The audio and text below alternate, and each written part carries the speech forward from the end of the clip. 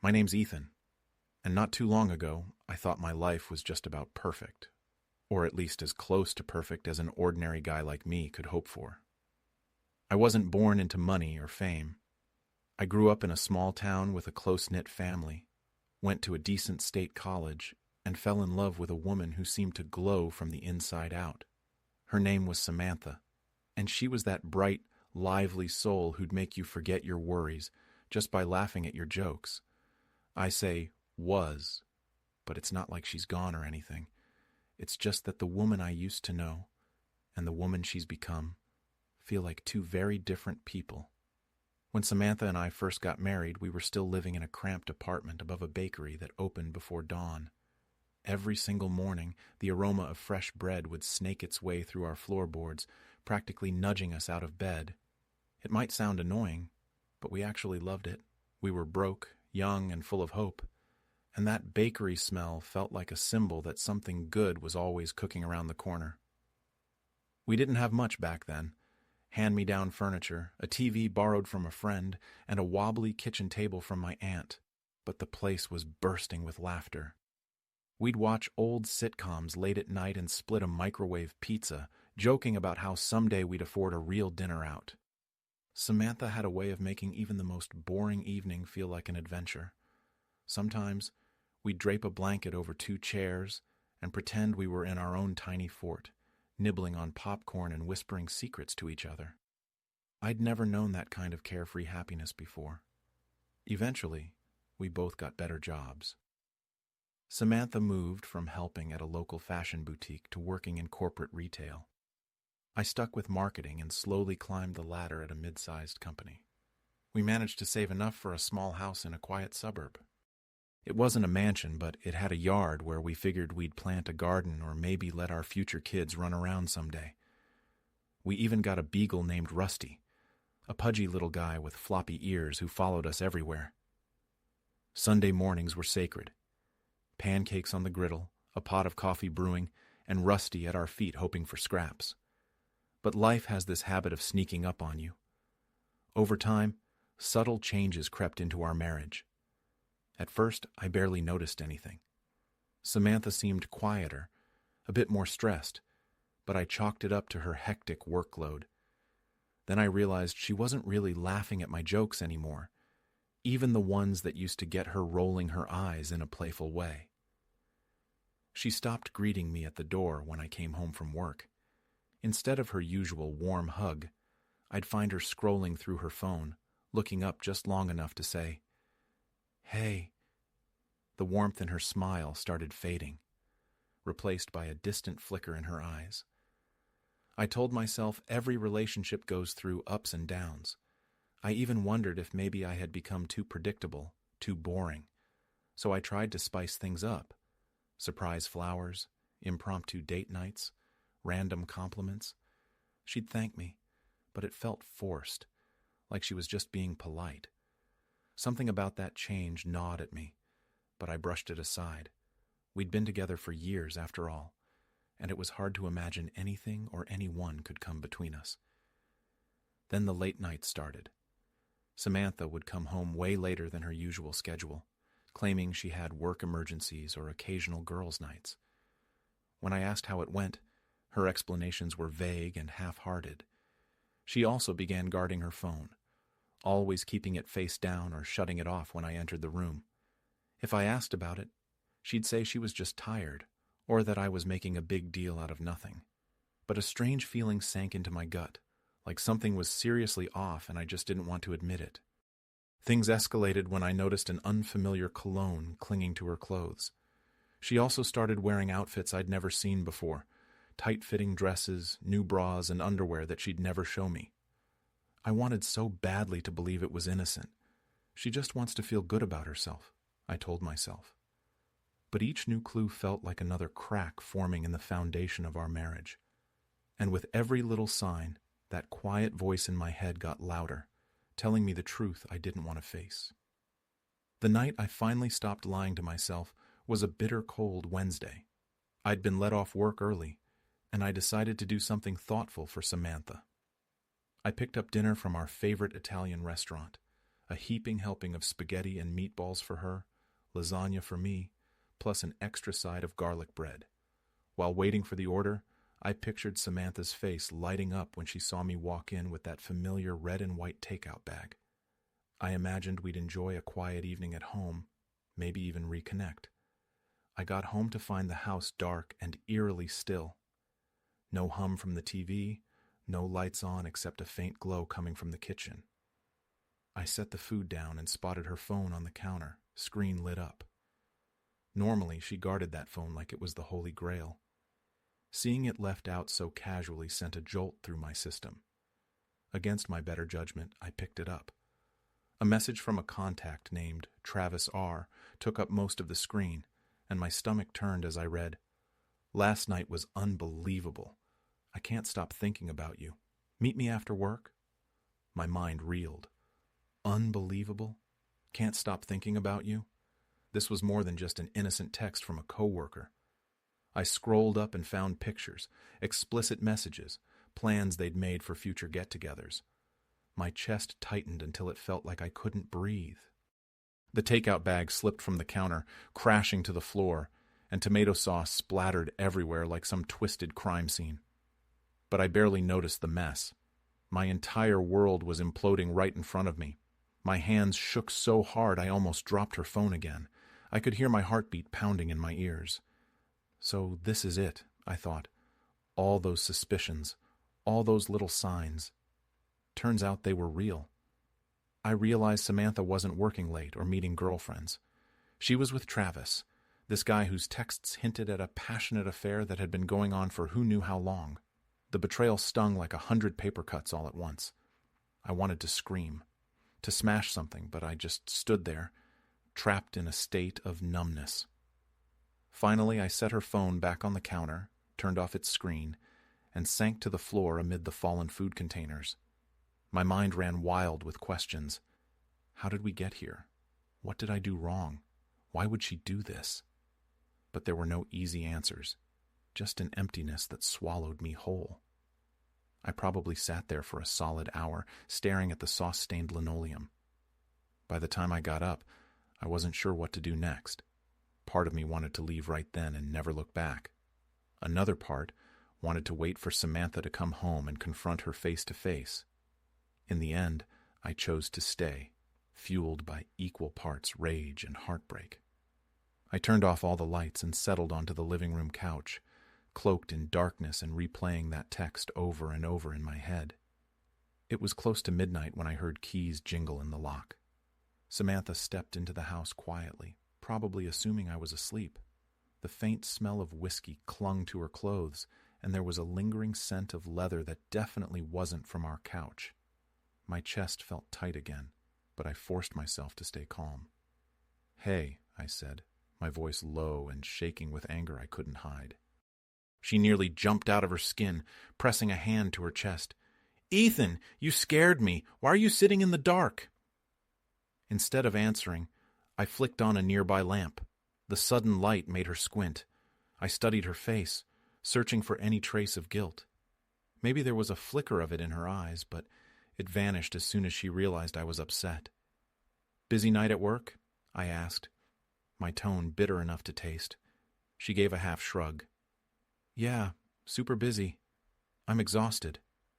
I nodded slowly, my anger churning in my gut. "So, you want to tell me about Travis?" Her eyes flickered again, this time with fear.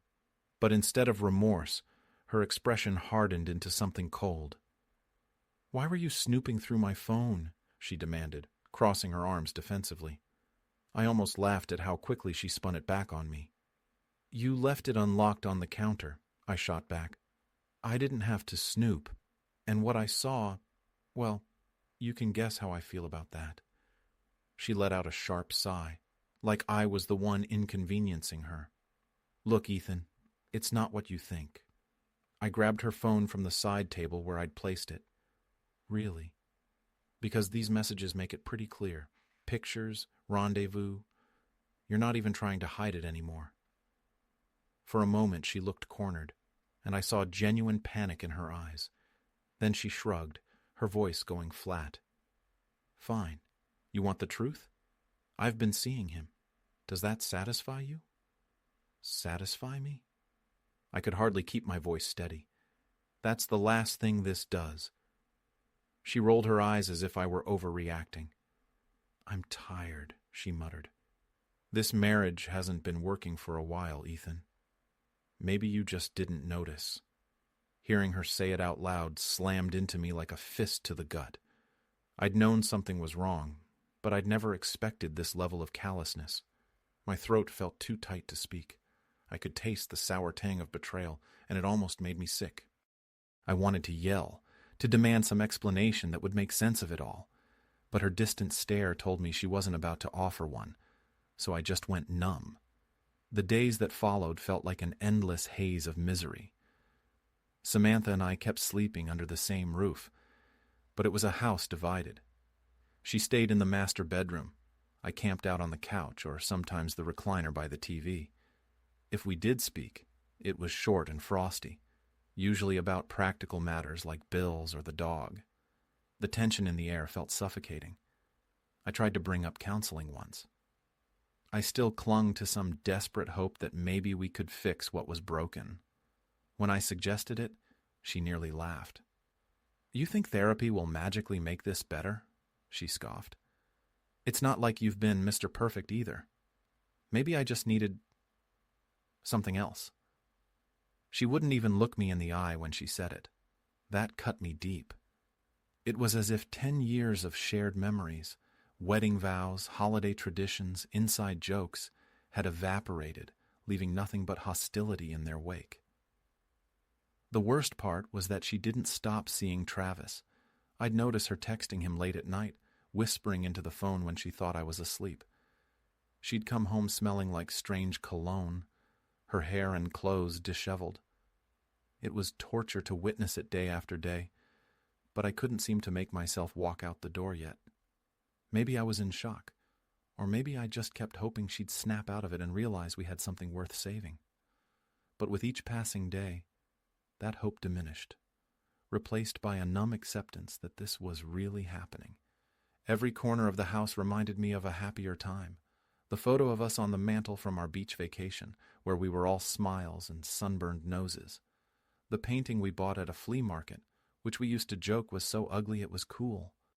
Even Rusty seemed confused. He'd wander between me and Samantha, not understanding why we weren't all curled up on the couch together anymore. I started losing sleep, haunted by questions that had no answers. I'd stare at the ceiling, imagining her with Travis, what they talked about, where they met up, whether she ever felt guilty. In the silence, I'd hear the floor creak upstairs and wonder if she was on the phone with him, sharing a laugh at my expense. The anger and sadness swelled inside me, leaving me feeling hollow. After about a week of this agony, something inside me snapped. I came home from work one evening to find Samantha fussing with her makeup in the bathroom, dressing up like she was heading to a high-end nightclub. Without a word, she brushed past me, grabbed her car keys, and disappeared out the door. I stood there staring at the space where she'd been and realized I couldn't stay in this nightmare any longer. I went into our bedroom, well, her bedroom at that point, and started pulling clothes out of the closet, stuffed them into a duffel bag, grabbed some toiletries from the bathroom, and collected anything else I thought I'd need for a while. Rusty watched me from the doorway, his head tilted like he sensed something big was happening. My hands shook, and my eyes burned with tears I refused to let fall. Samantha came back while I was zipping the bag. She leaned against the doorframe, arms crossed, that same disinterested look on her face. "Where are you going?" she asked, no trace of concern in her voice. "I'm leaving," I said simply. I can't do this anymore." She scoffed. "Wow, running away solves everything, right?" I clenched my jaw, fighting back the urge to yell. "It's not running away," I managed through gritted teeth. "I'm walking out of a situation that's killing me. You don't even care enough to pretend anymore." She shrugged, looking bored. "Fine. Do what you want." And that was it. No apology, no argument to make me stay. She just walked past me, flicked on the bedroom TV, and changed the channel to some reality show. I stood there for a second, stunned at how easy it was for her to watch me go. Then I grabbed my bag, gave Rusty one last pat on the head, and headed for the front door. I ended up renting a small apartment on the other side of town, not too far from my job. It was nothing special, just a one-bedroom place with aging carpets and a leaky faucet in the kitchen. But it was peaceful.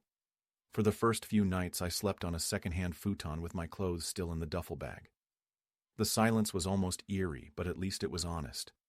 No more listening to Samantha sneak around. No more waiting in dread for her to come home with that unfamiliar cologne on her. In the weeks that followed, the pain came in waves. Some days I felt almost normal, like I could breathe again. Other days, it crashed into me all at once, leaving me drained and bitter. Simple tasks like grocery shopping felt strange, because I'd habitually reach for items Samantha loved, like those chocolate-covered almonds she always snacked on, before remembering she wasn't part of my life anymore. I realized pretty quickly that I needed help sorting through the emotional wreckage, so I signed up for therapy. I'd never done anything like that before, always thinking therapy was for other people with bigger problems.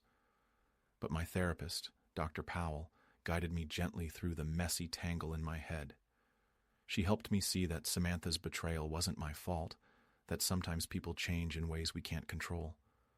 Each session felt like peeling back another layer of hurt, anger, and confusion. It wasn't comfortable, but it was necessary.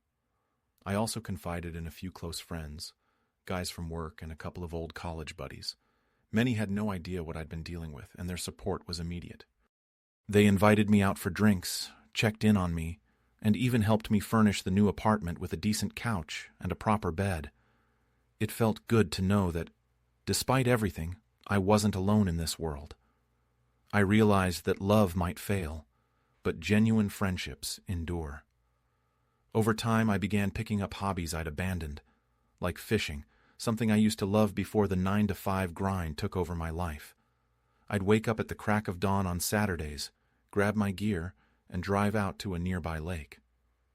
Standing by the water, watching the sunrise, gave me a sense of calm I desperately needed. I wasn't just Ethan the husband anymore. I was Ethan the individual, rediscovering parts of myself I'd long forgotten. I won't lie and say I've completely moved on. Even now, certain memories still sting. The day we moved into our first apartment, the time she surprised me with a birthday party, the morning after we brought Rusty home, and he wouldn't stop howling. These recollections come uninvited, reminding me of what could have been. But I've learned to sit with the sadness, acknowledge it, and then let it go. The biggest lesson I've taken from all this is that sometimes the hardest thing to do is walk away from someone you love, especially when you've built a whole life around them. But if that person no longer respects you or cares about your well-being, staying only prolongs the pain. Love isn't about chaining yourself to a sinking ship. It's about mutual respect, trust, and kindness. And if those things are gone, no amount of hope or sentimentality can replace them. Samantha and I have barely spoken since I left. I'm not sure what her situation with Travis is. Maybe they're still together. Maybe they're not. Frankly, it's not my concern anymore. I've learned to focus on my own life, healing, rebuilding, and finding a new sense of purpose. I even took a chance and adopted a rescue dog named Dixie, a spirited mutt with one floppy ear and an endless appetite for treats.